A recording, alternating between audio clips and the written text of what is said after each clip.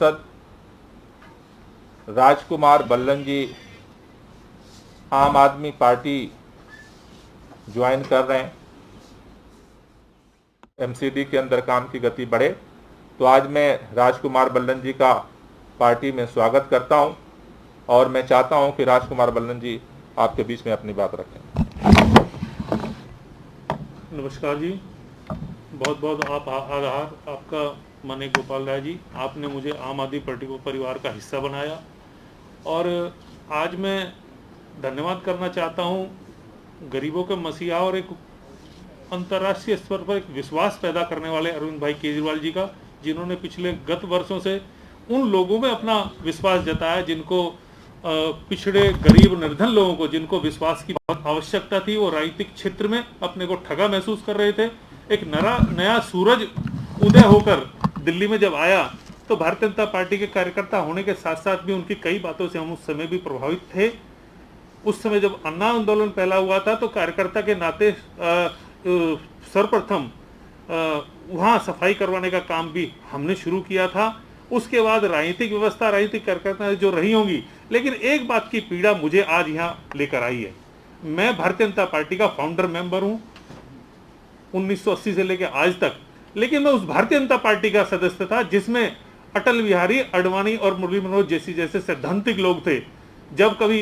कांग्रेस सरकार में रहते हुए और वो विपक्ष में रहते हुए कोई विषय चाहे राष्ट्रीय स्तर का हो या अंतर्राष्ट्रीय स्तर का हो तो कह दिया करते थे जो निर्णय सरकार ली हम उसके साथ हैं। मैं इस भारतीय जनता पार्टी को नहीं देखना चाहता जिसमें हर चीज पर बार बार राज्य सरकारों को और विशेष रूप से जहां उनकी विचार की सरकार नहीं है उनका दोहन किया जा रहा है, उनको दबाया जा रहा है और तार्किक अतार्किक तरीके से उन सुविधाओं को देने से विलंब किया जा रहा है, जिससे कि दिल्ली की जनता को और उन राज्यों की सरकारों को जहां उनके मत की सरकार नहीं है, यह नैतिकता के आधार पर भी और उनके व्यक्तित्व के हिसाब से भी देश के प्रधानमंत्री को ना तो शोभा देता है, ना उनके व्यवहार से उनके स्तर का यह व्यवहार है। उनको चाहिए अपने सभी राज्यों को शिशु की भांति, प्रधानमंत्री का दायित्व बनता है कि सभी राज्यों को उसको कोविड काल के दौरान जिस तरह की घटिया राजनीति हुई उससे मेरा मन बहुत व्यथित हुआ। और आज आने से पहले 3 दिन पहले जब दिल्ली के शिक्षा मंत्री मनीष सिसोदिया जी ने जो स्पष्ट अखबारों में दिया है उसका को पढ़कर तो मन बहुत ही व्यथित हुआ। व्यथित ये हुआ कि जो कारण डोर टू डोर राशन योजना को रोकने के लगाए गए हैं